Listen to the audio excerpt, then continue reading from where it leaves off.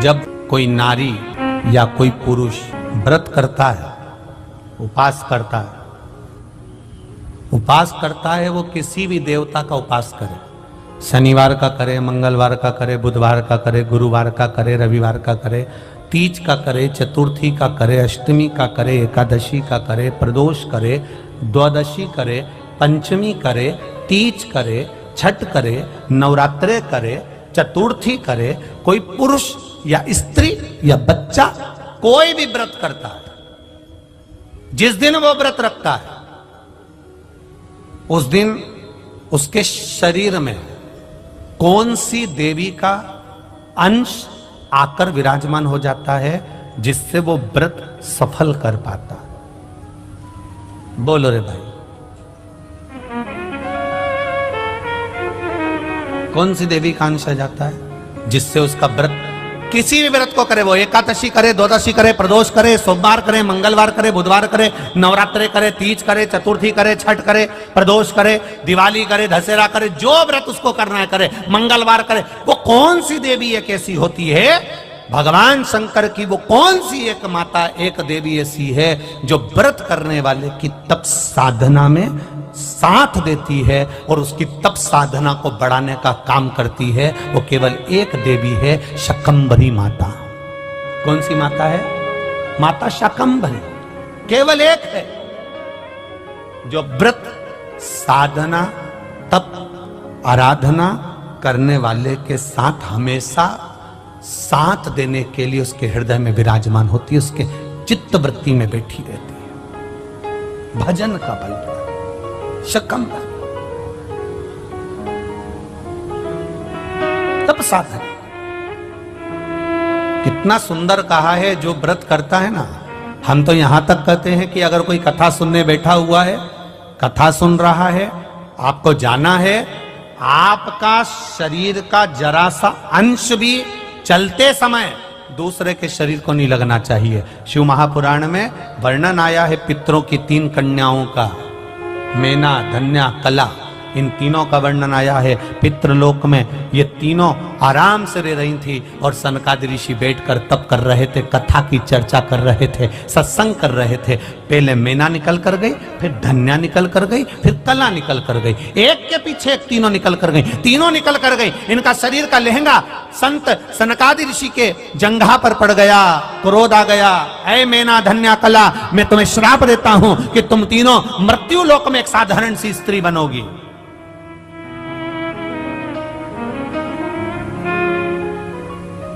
तीनों बिलख रही हैं, तीनों रो रही हैं, तीनों की आंख में आंसू भरा हुआ। क्षमा कर दीजिए नाथ, क्षमा कर दीजिए।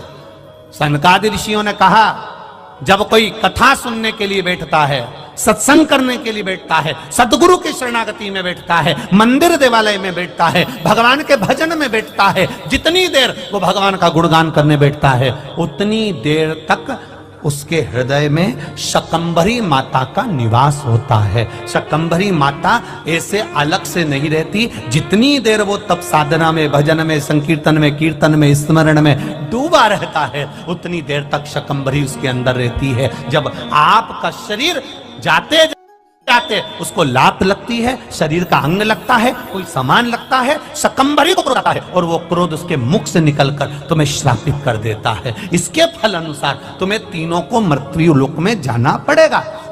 चरणों में पड़ गई, हमारा उद्धार कैसे होगा? तब सनकादि ऋषियों ने कहा, तुम्हारा उद्धार, मेना, तुम्हारे घर में पार्वती का जन्म होगा। धन्या, तुम सुनैना बनोगी, तुम्हारी गोद में माता सीता खेलेगी। कला, तुम कीर्ति बनोगी, तुम्हारी गोद में राधा खेलेगी। ये 3 देवियां जब तुम्हारी गोद में खेलेगी, जगत का कल्याण कर देगी। अमृत पीने वालों को क्या कहते हैं? देव। और विष पीने वालों को क्या कहते हैं? जम जम के बोलो जरा, महादेव। 33 कोटि देवता,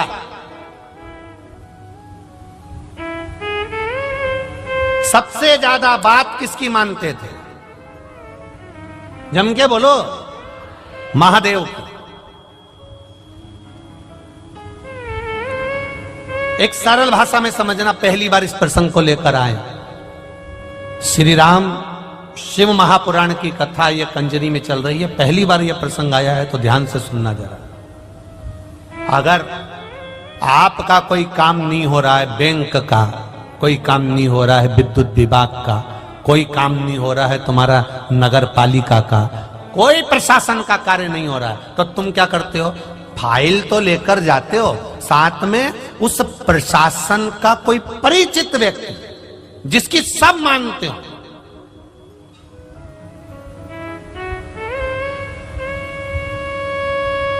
जिसकी सब सुनते हो।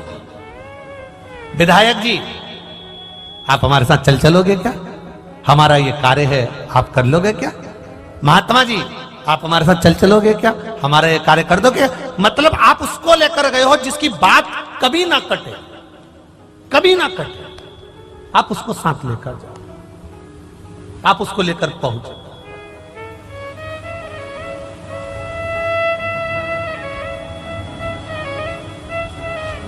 बबीता बेन जिसका प्रश्न है हालोल से, जिन्होंने सीहोर मैसेज करा है, बबीता बेन हालोल वाली, कि हम भगवान के पास में अपना काम करवाना है तो भगवान के पास जाएं तो हम क्या लेकर जाएं? जैसे कोई विधायक को ले जाता है, कोई अध्यक्ष को ले जाता है, कोई किसी को साथ ले जाता है तो प्रशासन का कार्य हो जाता है। हम किसको लेकर जाएं? अरे भाई, हमारे सनातन धर्म में तो पहले से कहा गया है कि मंदिर जाओ तो श्रीफल लेकर जाओ। क्या लेकर जाओ? श्रीफल। श्रीफल किसका प्रतीक है? अरे बोलो तो जम के, श्रीफल किसका प्रतीक है? देव अधिदेव महादेव का। शंकर जी के भी 3 नेत्र हैं तो श्रीफल में भी, आज जाकर श्रीफल की जटा को निकाल कर देखना, उसमें 3 नेत्र मिलेंगे। शिव जी की भी जटा है तो श्रीफल की भी जटा है।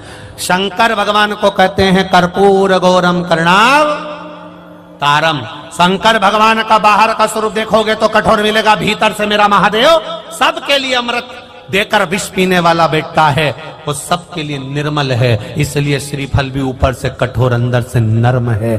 उसको कहते हैं महामृत्युंजय, रोग को हरने वाला। तो श्रीफल का पानी, नारियल का पानी भी रोग का हरण करता है, इसलिए उसको कर्पूर गौरम कहा जाता है। शिव के 3 नेत्र हैं, श्रीफल के 3 नेत्र हैं। शंकर की जटा है, श्रीफल की जटा है। क्यों हनुमान मंदिर में, क्यों राम मंदिर में, क्यों शिव मंदिर में, क्यों सारे देवी देवता के मंदिर में, संपूर्ण देवता के मंदिर में, विवाह में, शादी में, उद्यापन में, मंडप में, आदि कादि, जन्म से लेकर मरता है, मुर्दे को भी लेकर जाते हैं तो शमशान में भी श्रीफल जाता है। उसका कारण केवल इतना सा है क्योंकि वो शंकर है, तुम्हारे जन्म से लेकर मरे तक तुम्हारा पीछा नहीं छोड़ता है, तुम्हारे साथ रहता। किसी गुरु को बुलाना है, श्रीफल दे देते हैं। किसी से काम निकालना है, श्रीफल दे देते हैं। किसी का सम्मान करना है, श्रीफल दे देते हैं। क्यों? क्योंकि शंकर जब उसके हाथ में पहुंचता है, शिव उसके करीब में पहुंचता है, शंकर जब उस मंदिर में पहुंचता है, हम राम जी के मंदिर पहुंचे, हनुमान जी के मंदिर पहुंचे, देवी जी के मंदिर पहुंचे, देवता के मंदिर पहुंचे, हम नारियल ले गए, श्रीफल ले गए। श्रीफल ले जाकर हमने जब दिया तो देवता प्रसन्न हो जाते हैं कि मेरा महादेव आ गया है, इसकी पहचान बहुत ऊपर है, इसकी फाइल निपटाना पड़ेगा। मेरा महादेव आया है, इसकी फाइल निपटाना पड़ेगी। लोग कहते हैं उसने 1 श्रीफल दिया, काम नहीं पड़ गया, क्योंकि वो श्रीफल नहीं है, वो मेरा देव अधिदेव महादेव है। उसको पहचान नहीं है लोगों को, बस कह दिया नारियल है, श्रीफल है। शंकर जी के मंदिर जाते हो आप लोग? हाथ उठाओ, कौन कौन जाता है जरा? सब जाते हो? रख लो रख लो रख लो, वापिस रख लो रख लो। शिव जी के मंदिर जाते हो? घर से जल लेकर जाते हो? हाथ उठाओ, कौन कौन ले जाता है? सभी लोग ले जा रहे हो ना? हाँ, बहुत जरूरी है घर से लेकर जाना। क्यों लेकर जाना? क्योंकि घर में 10 तरह के लोग रहते हैं, 10 तरह के विचार होते हैं, 10 तरह की बातें होती है, 10 तरह का क्रम होता है। जब हम घर से 1 लोटा जल देवाधिदेव महादेव को चढ़ाना